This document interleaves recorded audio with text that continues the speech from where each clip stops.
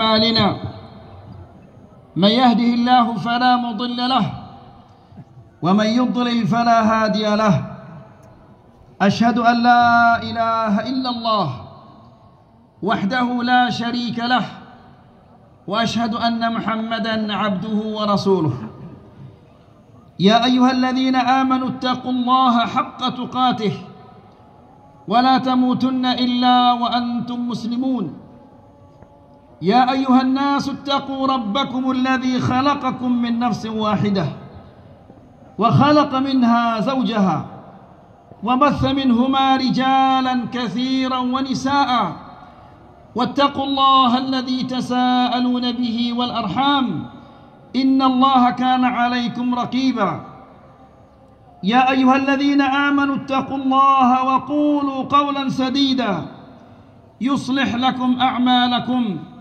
ويغفر لكم ذنوبكم ومن يطع الله ورسوله فقد فاز فوزا عظيما أما بعد فإن أحسن الكلام كلام الله وخير الهدى هدى محمد صلى الله عليه وسلم وشر الأمور محدثاتها فإن كل محدثة بدعة وكل بدعة ضلالة وكل ضلالة في النار.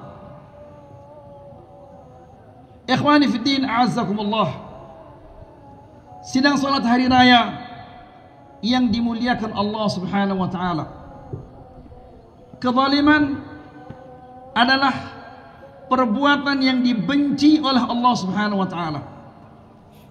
Kezaliman adalah dosa yang sangat besar. Pelaku kezaliman siksaannya akan disegerakan oleh Allah Subhanahu wa taala di dunia sebelum ia menyiksanya di akhirat kelak. Maka melalui kesempatan yang mulia ini, khatib ingin membisikkan di telinga para pejabat yang semena-mena, kepada para pegawai yang datang jam 10 padahal seharusnya ia datang jam 8, kepada setiap orang tua yang tidak memperhatikan pendidikan agamanya untuk putra-putrinya, kepada setiap suami yang tidak punya rasa cemburu terhadap istrinya, yang membiarkan kecantikan istrinya dinikmati oleh orang lain yang bukan mahramnya, kepada setiap istri yang senantiasa tebar senyum kepada laki-laki yang bukan mahramnya. Ketahuilah bahwa semua itu adalah perbuatan yang dibenci oleh Allah Subhanahu wa taala, dan semua itu merupakan kezaliman yang sangat besar. Oleh karena itu, bisikan yang pertama yang khatib ingin sampaikan di telinga mereka adalah firman Allah Subhanahu wa taala yang ada di dalam surat Ibrahim ayat 42 dan ayat 43. Allah Subhanahu wa taala berfirman, "Wala tahsabanna Allah ghafilan 'amma ya'malu adh-dhalimun, innama yu'akhiruhum liyawmin tashkhasu fihi al-absar, muhti'in muqni'i ru'usihim la yartaddu ilaihim tarfuhum wa af'idatum hawa." Ayat ini merupakan ancaman yang sangat besar bagi orang-orang yang melakukan kezaliman. Allah Subhanahu wa taala berfirman, "Wala tahsabanna Allah ghafilan 'amma ya'malu adh-dhalimun." Jangan sekali-kali engkau mengira bahwa Allah Subhanahu wa taala lupa atau lalai terhadap perbuatan orang-orang yang zalim.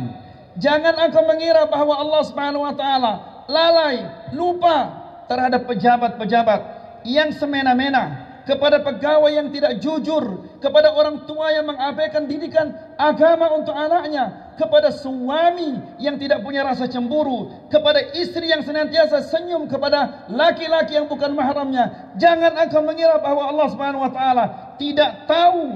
Jangan engkau mengira bahwa Allah Subhanahu wa taala lupa terhadap perbuatan-perbuatan itu. Tidak. Tapi Allah Subhanahu wa taala menunda siksaan-siksaan mereka. Sampai kapan? Allah Subhanahu wa taala menjelaskan, liyaumin tashkhasu fil absar, siksaan mereka itu ditunda oleh Allah Subhanahu wa taala sampai pada hari di mana mata-mata manusia tidak terbelalak. Kenapa mata mereka tidak terbelalak? Karena saking ngerinya, dahsyatnya apa yang mereka melihat di depannya. Di depannya ada api neraka yang berombak-ombak. Lalu setelah itu Allah Subhanahu wa taala menjelaskan, muhti'in, mereka tergesa-gesa memenuhi panggilan. Siapa yang memanggil mereka? Mereka dipanggil oleh Allah Subhanahu wa taala untuk mempertanggungjawabkan semua yang telah mereka perbuat di dunia ini. Muqni'i ru'usihim, mereka memandang ke atas karena tangannya dibelenggu di lehernya. La yartaddu ilaihim tarfuhum, matanya tidak berkedip. Wa afidatuhum hawa, dan hati mereka kosong. Kenapa demikian? Karena mereka tidak tahu, mereka tercengang, mereka ketakutan. Yang akan mengadili mereka adalah Rabbul Alamin, Rabb semesta alam. Maka ikhwani fiddin azzakumullah, ini adalah ayat yang memberikan ancaman yang sangat besar kepada orang-orang yang melakukan kezaliman. Semua dosa-dosa itu adalah termasuk kezaliman. Bisikan yang kedua, sebuah hadis yang diriwayatkan oleh Imam Ibnu Majah dan dihasankan oleh Imam Al-Albani. Ketika sahabat-sahabat yang hijrah ke Habasyah kembali ke Madinah, lalu Rasulullah SAW menemui mereka dan mengatakan, ala tuhaddithuni bi'ajib ma ra'aitum bi ardil Habasyah, maukah kalian ceritakan kepadaku hal-hal yang menakjubkan yang pernah kalian lihat di Ethiopia, di Habasyah? Seorang pemuda mengatakan, bala ya Rasulullah, ya, saya akan ceritakan kepadamu sesuatu yang sangat menakjubkan. Apa itu? Lalu pemuda ini mengatakan, suatu hari ketika kami sedang duduk, lewatlah seorang biarawati yang tua sambil memanggul bejana di atas kepalanya yang berisikan air. Tidak lama kemudian, famarrat bifata minhum, lewatlah seorang pemuda. Lalu pemuda ini menyenggol tangan wanita tua ini sehingga dia jatuh tersungkur dan tampannya itu pecah dan airnya tumpah. Perhatikan di sini hanya air bejana yang pecah dan air yang tumpah. Lalu wanita tua ini segera bangun dan menatap pemuda itu. Lalu dia mengatakan, "Saufa ta'lamu ya Ghudar, idza wada'a Allahu al-kursi wa jama'a al-awwalina wal akhirin wa takallamat al-aidi wal arjul bima kanu yaksibun." Wahai manusia yang rendah, wahai manusia yang hina, kelak engkau akan tahu akibat perbuatanmu ini. Ketika Allah Subhanahu wa taala meletakkan kursinya dan mengumpulkan manusia yang pertama dan manusia yang terakhir, tangan-tangan berbicara, kaki-kaki berbicara atas setiap perbuatan-perbuatan yang dilakukan oleh manusia. Pada saat itu, saufa ta'lamu kaifa amri wa amruka indahu. Di sanalah engkau akan mengetahui akibat dari perbuatanmu ini.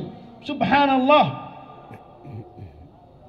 Allah akan mengadili seseorang hanya gara-gara bejana yang dia pecahkan dan air yang dia tumpahkan. Lalu bagaimana dengan orang yang semena-mena? Bagaimana orang yang tidak jujur dalam pekerjaan-pekerjaannya? Bagaimana tentang suami yang membiarkan istrinya ditatap, dipandang oleh setiap laki-laki? Bagaimana dengan wanita-wanita yang senantiasa senyum-senyum kepada laki-laki yang bukan mahramnya? Nas'alullah salam wal afiyah.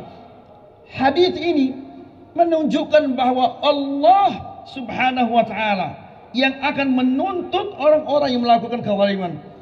La ilaha illallah. Kalau Allah Subhanahu wa taala yang menuntut kita, kira-kira siapa yang akan berani membela kita? Orang melakukan kezaliman di dunia, dia masih punya pengacara, ada pembelanya. Tapi kalau Allah Subhanahu wa taala yang menuntutnya, siapa kira-kira yang akan membelanya? Bisikan yang ketiga, hadis yang terdapat di dalam Sunan Abi Dawud. Dari hadis bahwa seorang badui datang dan menagih utangnya kepada Rasulullah sallallahu alaihi wasallam. Bayangkan antum, seorang badui yang tinggal di padang pasir, yang tidak pernah sekolah, tidak punya pendidikan, menagih Rasulullah sallallahu alaihi wasallam. Siapa Rasulullah? Dia adalah orang nomor 1 pada saat itu. Jabatannya lebih tinggi daripada khalifah, lebih tinggi daripada raja, lebih tinggi daripada presiden. Orang yang nomor 1 dituntut oleh seorang badui. Tidak cukup sampai di sana, bahkan orang badui ini berkata keras kepada Rasulullah SAW dan mengancamnya. Dia mengatakan, "Uharrij 'alaika illa qadaitani." Wahai Muhammad, saya tegaskan kepadamu, bayar utangmu sekarang.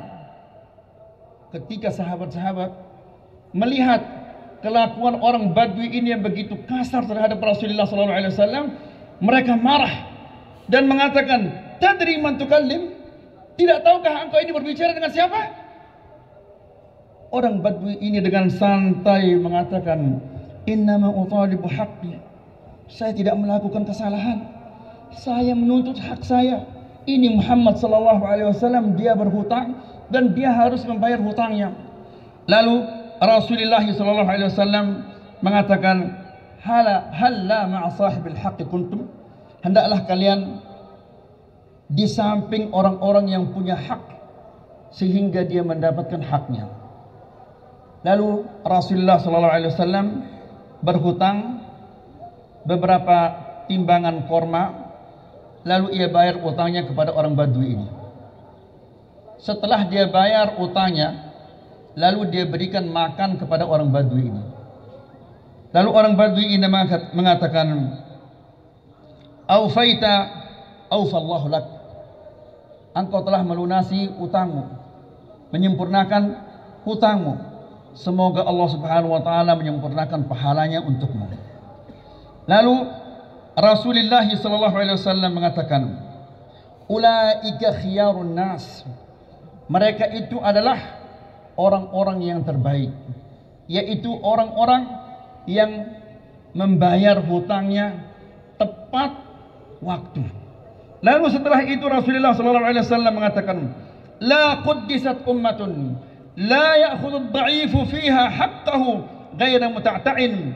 Yang artinya adalah, semoga Allah Subhanahu wa taala tidak memuliakan suatu ummah, satu bangsa, satu kaum di mana orang-orang yang lemah, yang rendah tidak bisa menuntut haknya dari orang-orang yang menzaliminya, tidak bisa menuntut haknya dari orang-orang yang kuat, dari pejabat yang menzaliminya. Ikhwani fi din, azakumullah. Hadis ini menunjukkan bahwa satu bangsa akan menjadi bangsa yang lemah, bangsa yang hina apabila orang-orang yang lemah, orang-orang yang tertindas, dia tidak bisa menuntut haknya dari orang-orang yang kuat, dari pejabat-pejabat yang tinggi, dari pegawai-pegawai yang zalim. Nas'alullah salamul afiyah. Lalu ikhwani fi din, a'azzakumullah, bagaimanakah jalan keluar dari siksaan Allah Subhanahu wa taala? Bagaimana kita bisa keluar dari tuntutan Allah? Bagaimana kita akan selamat dari persidangan Allah Subhanahu wa taala? Bagaimana kita akan bisa menghilangkan kehinaan dan kerendahan yang menimpa kita karena kezaliman ini? Itu tidak lain ayyuhal ikhwah, yang pertama adalah hendaklah kita semua bertobat kepada Allah Subhanahu wa taala. Tobat dari semua dosa-dosa, dari segala kezaliman-kezaliman. Kemudian yang ketiga, hendaklah kita menerapkan syariat Allah Subhanahu wa taala pada diri kita. Setiap pejabat hendaklah dia terapkan syariat Allah di saat dia menjabat. Seorang pegawai hendaklah dia menerapkan syariat Allah Subhanahu wa taala di saat dia menjadi pegawai. Orang tua, suami, istri, semua kita harus menerapkan syariat Allah Subhanahu wa taala, agama Allah Subhanahu wa taala.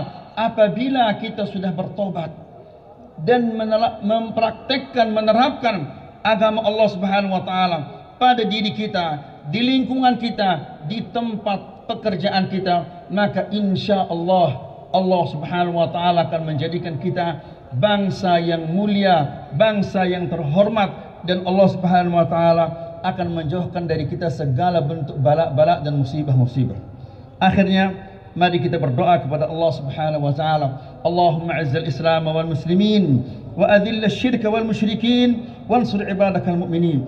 Allahumma izzil Islam wal muslimin wa adhill asy-syirka wal musyrikin wansur ibadakal mu'minin. Allahumma taqabbal siyamana wa qiyamana wa ruku'ana wa sa'ir a'malina ya rabbal alamin. اللهم اقسم لنا من خشيتك ما تحول به بيننا وبين معاصيك ومن طاعتك ما تبلغنا به جنتك ومن اليقين ما تهون به عليه مصائب الدنيا والآخرة. اللهم متعنا بأسماعنا وأبصارنا وقوتنا أبدا ما أبقيتنا واجعله الوارث منا واجعل ثأرنا على من ظلمنا ولا تجعل مصيبتنا في ديننا ولا تجعل الدنيا أكبر همنا ولا مبلغ علمنا ولا تسلط علينا بذنوبنا من لا يخافك فينا ولا يرحمنا. اللهم آمنا في أوطاننا وأصلح أئمتنا وولاة أمورنا وهيئ لهم البطانة الصالحة التي تعينهم على الخير وتدلهم عليه يا رب العالمين. ربنا آتنا في الدنيا حسنة وفي الآخرة حسنة وقنا عذاب النار. وصل الله على نبينا محمد والحمد لله رب العالمين وتقبل الله مني ومنكم صالح الأعمال.